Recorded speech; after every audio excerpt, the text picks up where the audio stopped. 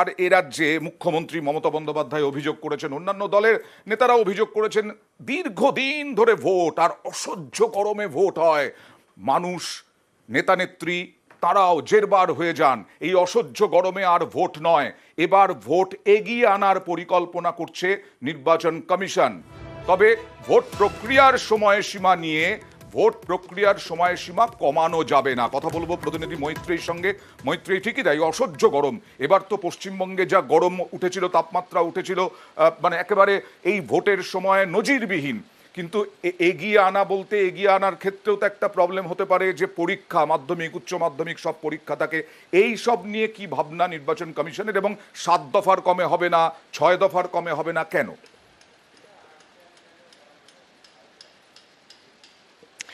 দেখো, জাতীয় নির্বাচন কমিশন আজকে যখন তাদের এই ভোট পরবর্তী সাংবাদিক সম্মেলন করেন, সেখানে তারা তাদের কি কি শিক্ষা তারা নিয়েছেন এবং কি কি জায়গায় তাদের শুধরানো উচিত সে বিষয়ে তারা আলোকপাত করছিলেন। এবং সেখানে কিন্তু তারা মনে করেন যে নির্বাচন এবং এই যে প্রবল গরমে নির্বাচন হয়েছে এবং যার ফলে কিন্তু ভোটিং পার্সেন্টেজ অনেক জায়গাতেই কম হয়েছে বলে নির্বাচন কমিশন মনে করছে। ফলে তারা মনে করছেন যে অন্ততপক্ষে 1 মাস আগে, অন্ততপক্ষে 1 মাস আরো এগিয়ে আনা যেতে পারে নির্বাচন, তেমনটাই কিন্তু তাদের অবজারভেশন। তবে সেক্ষেত্রে দাঁড়িয়ে দফা কমানোর ক্ষেত্রে কিন্তু তারা কোনো কথা বলেনি, কারণ তারা মনে করছেন যে বাড়তি দফা দিয়েই কিন্তু এই যে ভায়োলেন্সের যে বিষয়টি, যে ভায়োলেন্স বা নির্বাচনের সময় সন্ত্রাস, তাকে তারা কার্ভ করতে পেরেছেন বা সন্ত্রাস মুক্ত নির্বাচন তারা করতে পেরেছেন।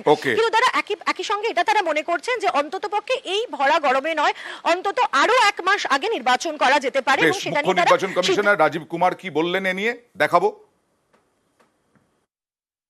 चुनाव हमें कम से कम 1 महीने पहले खत्म कर देना चाहिए, इतनी गर्मी में नहीं जाना चाहिए। This is one learning for us which we want to keep for अस।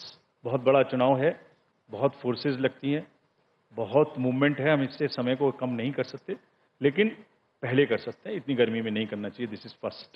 আর যেটা শুরুতেই বলছিলাম, যেখানে মুখ্যমন্ত্রী মমতা বন্দ্যোপাধ্যায়, তৃণমূল নেত্রী মমতা বন্দ্যোপাধ্যায় বারবার অভিযোগ করেছিলেন যে গরমে ভোট আর দীর্ঘদিন ধরে ভোট, কি বলেছিলেন একটা বক্তব্য দেখাই।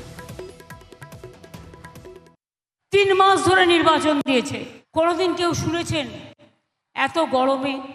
প্রতিবার দেখতাম 8 থেকে 13 মের মধ্যে ইলেকশন হয়ে রেজাল্ট বেরিয়ে যেত।